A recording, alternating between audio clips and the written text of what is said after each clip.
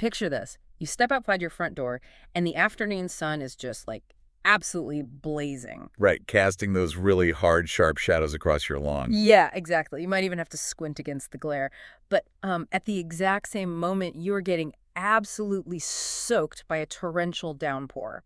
Which is always such a jarring feeling. It is, because the sky hasn't darkened at all. Yeah. There are no, ominous rolling thunderheads or anything. Just bright, blinding sunlight. Blinding sunlight and heavy rain falling simultaneously. It is a total sensory paradox. It really is. And if you are standing in the American South when this happens, and you ask someone to describe the weather, they won't give you some dry meteorological term. No, definitely not. They will likely look up at the sky and tell you the devil is beating his wife. Which, it completely disrupts the casual nature of small talk. Oh, completely. You go from observing a quirky environmental occurrence to suddenly engaging with this incredibly ominous, violent piece of imagery. Right. The linguistic wrapper just completely shifts how you experience the physical environment around you. And that jarring shift is really the central focus of our deep dive today. For you listening, our mission is to break down this deeply unsettling phrase. It's a weird one for sure. We're going to figure out how this specific collection of words became the go-to description for a sun shower. And we'll trace its really bizarre migration across centuries and continents. Yeah, and uncover why, like, foxes and monkeys are the global alternatives for this exact same weather anomaly. Not to mention how this archaic piece of folklore recently managed to hijack modern pop culture. Yes. Okay, let's unpack this. So to understand the linguistic leap to something as dramatic as the devil, we first need to look at the physical phenomenon this phrase is trying to make sense of. Right, the actual weather event. Exactly. The meteorological term is simply a sun shower. But the human experience of a sun shower is much more complicated than the science suggests. Yeah, I always think of a sun shower as being like a movie theater playing the wrong audio track for the film you're watching. That's a great way to put it. Like, the visual track your eyes are processing is a bright, clear summer day, but the tactile and audio tracks the water hitting your skin, the sound of the rain on the pavement. They're broadcasting a gloomy, dramatic storm. Your brain is basically receiving two entirely conflicting pieces of environmental data at the exact same time. It feels like a glitch in the matrix, like a short circuit in reality. Right. And what's fascinating here is why human beings resort to myth to explain that short circuit. Because we do it constantly. We do. Psychologically speaking, our brains rely on categories to feel safe. Oh, right. We categorize the weather. Right. It is either sunny and clear, or it is dark and rainy. Never both. Exactly. Yeah. So when those two opposing natural forces collide in the same physical space, it creates this subtle subconscious unease. We realize something is off. Yeah, we recognize that the natural order has temporarily broken down. So instead of just accepting that, the wind carried some raindrops a few miles away from a parent storm cloud. Which is the boring, logical explanation. Right. Instead of that, we invent a narrative. We craft an eerie story to match the internal unease we feel. And the narrative maps the physical environment perfectly, too. We use a domestic dispute in hell to explain the confusion in the sky. It's so literal when you break it down. It is. The blazing, oppressive heat of the sun represents the devil's fire, and the falling rain represents his wife's tears. The tension of the sun shower is perfectly mirrored in the tension of the metaphor. Right, because the sun and the rain are opposing physical forces. Just as the devil and his wife are locked in this mythological conflict, we are essentially using the darkest, most chaotic figures in our cultural imagination as a psychological coping mechanism for the uncanny. It's wild, and because the phenomenon of a sun shower happens literally everywhere on the planet, you would assume this phrase has countless origins, right? You'd think so, yeah. But it is almost universally associated with the deep American South. Like, it feels intrinsically linked to Spanish moss, Southern Gothic literature, humid afternoons. Oh, absolutely. Yet the historical breadcrumbs from the sources reveal that this incredibly specific imagery actually started thousands of miles away. Yeah, in early modern Europe. Which is crazy to me. The timeline is remarkable. The earliest definitive written record of this connection doesn't come from Alabama or Georgia in the 1800s. Wait, really? Where is it from? It comes from a French play written in the year 1703. 1703. Yeah. Over 300 years ago, there is a line of dialogue that explicitly references the devil beating his wife during rainy weather when the sun shines. Okay, but this raises a massive logistical question for me. Sure.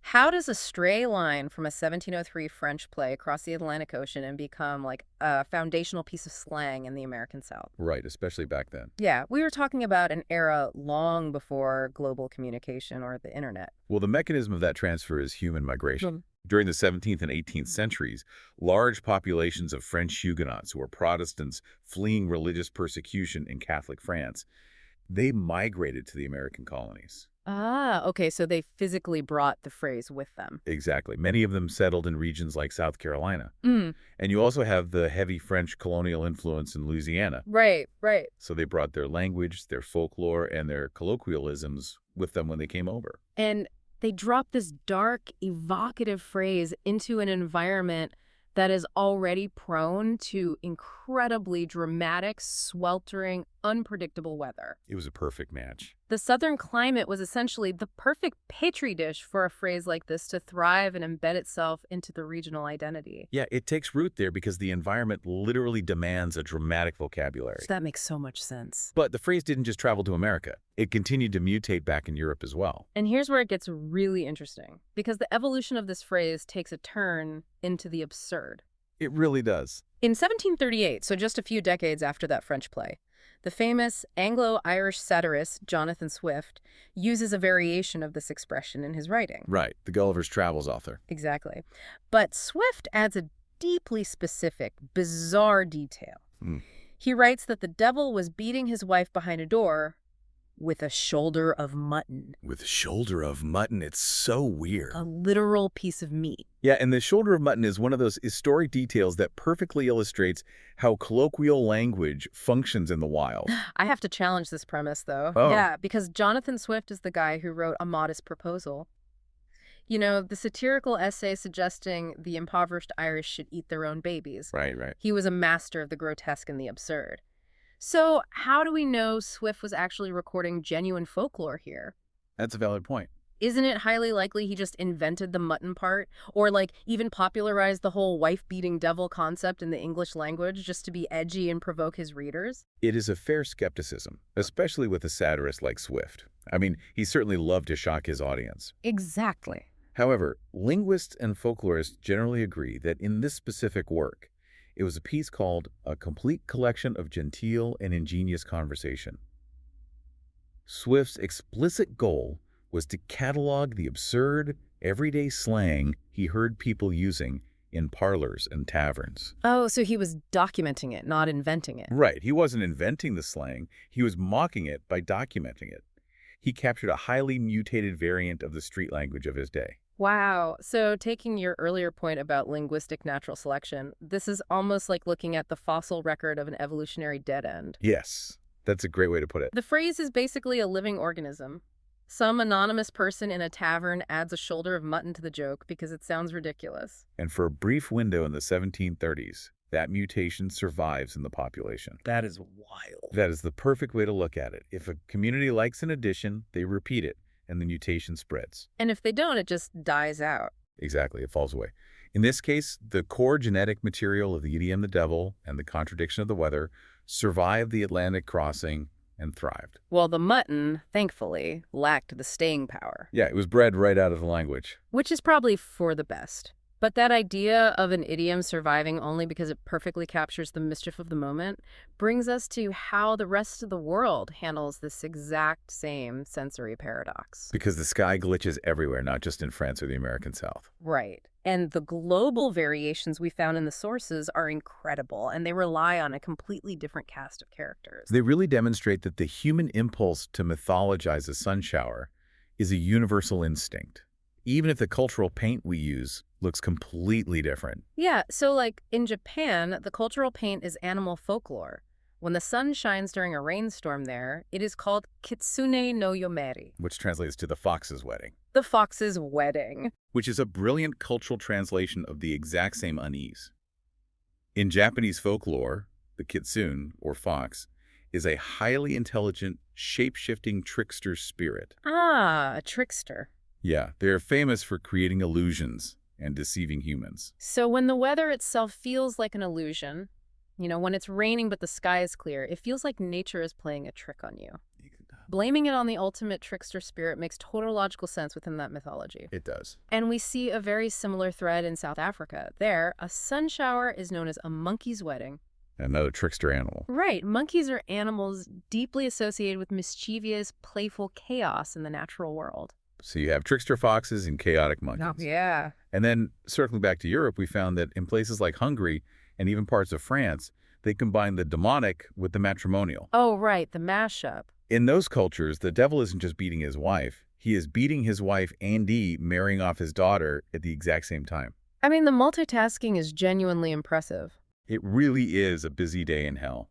But putting the devil aside for a second, a massive recurring theme jumps out here. The weddings. The weddings. Japan has the fox's wedding. South Africa has the monkey's wedding. Europe has the devil's daughter's wedding. Why is everyone throwing a matrimonial ceremony during a sun shower? It is a really interesting pattern. A sun shower is a weird event, sure, but I don't immediately look at rain and sunshine and think about, like, catering halls and wedding vows. Right. Why is a wedding the universal, global go-to for this weather? Well, if we connect this to the bigger picture of human anthropology, it actually makes perfect sense. Really? How so? Think about what a wedding fundamentally represents in human society, structurally speaking. Structurally. Okay, it is two entirely separate families, right? With different histories and boundaries colliding to merge into a single unit. Exactly. It's a massive, chaotic gathering. It is a threshold. In anthropological terms, a wedding is a liminal space. A liminal space? Yeah, it's a transitional event where the normal rules of daily life are just suspended. Oh, I see. And historically, transitional moments are viewed as dangerous. Boundaries are blurred. Emotions are running incredibly high. And so a sun shower is the meteorological equivalent of a liminal space. Precisely. It is a transitional sky where the boundaries between storm and clear day are unnaturally blurred. Wow. So the colliding contradiction of sunshine and rain literally feels like a threshold moment. Yes. So we describe the weather using the ultimate human threshold ritual. Exactly. We take the chaotic blending of two natural elements and map it onto the chaotic blending of two families. And then the animals, the foxes and monkeys, they just amplify the sense that the natural world is behaving mischievously during this transition. Right. They add that layer of trickery to the whole event. That is fascinating. It transforms what seems like a random collection of Mad Libs, foxes, devils, monkeys, weddings, into a deeply structured framework for how human beings process chaos. It really does. Which brings us to the modern era, because we've spent a lot of time in the 18th century in ancient folklore. We have. But idioms are not just artifacts sitting in dusty library archives. They are living, breathing parts of our current ecosystem. And they have a habit of surfacing in the most unexpected arenas. Yeah, and the modern afterlife of a centuries-old phrase often reveals more about our current culture than the phrase's original creation did. That's so true. And the afterlife of the devil is beating his wife took a genuinely shocking turn recently. Oh, definitely. This archaic, dark, Southern Gothic phrase suddenly began trending online because it circulated as the highly rumored title for Ariana Grande's 8th studio album. The journey from a 1703 French playwright to a 21st century pop star's fan forums is just a phenomenal leap. It really is. So what does this all mean? Bro. Because the internet reaction was a fascinating mix, right? Complete confusion from international fans, and then sudden recognition from listeners in the American South who grew up hearing it. Yeah, the divide was so clear. But why would a massive pop star's team even consider attaching this bizarre, violent phrase to a commercial pop album? This raises an important question about how modern media consumes and repurposes language. What do you mean? We tend to think of language as something strictly governed by definitions. But in pop culture, language is entirely about aesthetics and vibe. Oh, 100%. Pop music thrives on contrast. Pairing an upbeat, danceable production track with dark, melancholic lyrics. Like dancing with tears in your eyes. Exactly. And the phrase, "the devil is beating his wife," is the linguistic equivalent of that pop music contrast. Oh, I see that. Yeah. It sounds folksy and conversational, but the imagery is inherently violent and dark. Right. Furthermore, Ariana Grande is from Florida. She has Southern roots. True. So reclaiming a deeply regional, evocative piece of folklore gives a modern pop project a sense of grounded history, even if the vast majority of the audience has no idea about the French Huguenots or Hungarian devil daughters. Yeah, the fans don't need to know the origin of the fabric to know the outfit looks good. That's a great analogy. They just hear a string of words that feels edgy, dangerous, and incredibly catchy. It proves that our words are alive. They are constantly shedding their old contexts and being repurposed for audiences far removed from the original intent. They have to be to survive. Right. Whether you are a farmer in the 1700s trying to explain a ruined crop or a pop artist looking for a viral aesthetic, the contradiction in the words perfectly matches the contradiction of the human experience. And that adaptability is the hallmark of why certain folklore survives while others fade away. Unlike the mutton. R.I.P. to the mutton. Huh. But we will always need language to help us process the uncanny, whether that uncanny moment is in the sky or, in a recording studio. Which is an amazing place to bring this deep dive to a close.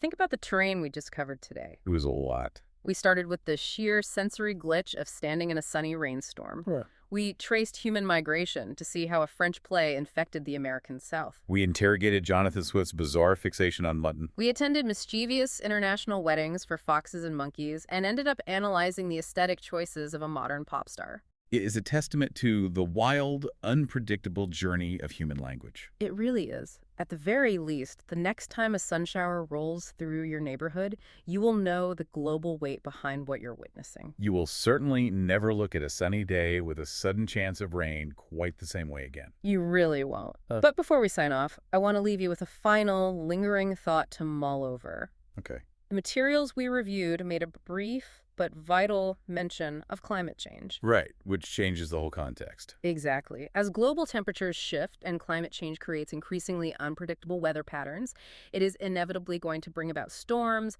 atmospheric anomalies, and sensory paradoxes that our species has literally never experienced before. This guy's going to get weirder. Much weirder. So, here's the question for you to consider. What entirely new eerie folklore and what brand new idioms will our generation be forced to invent to make sense of the new colliding forces in our skies? That's a chilling thought. It is. If a simple harmless sun shower gave us trickster foxes and a devil wielding a shoulder of mutton, what stories will we be forced to tell when the weather gets truly strange? Keep looking up.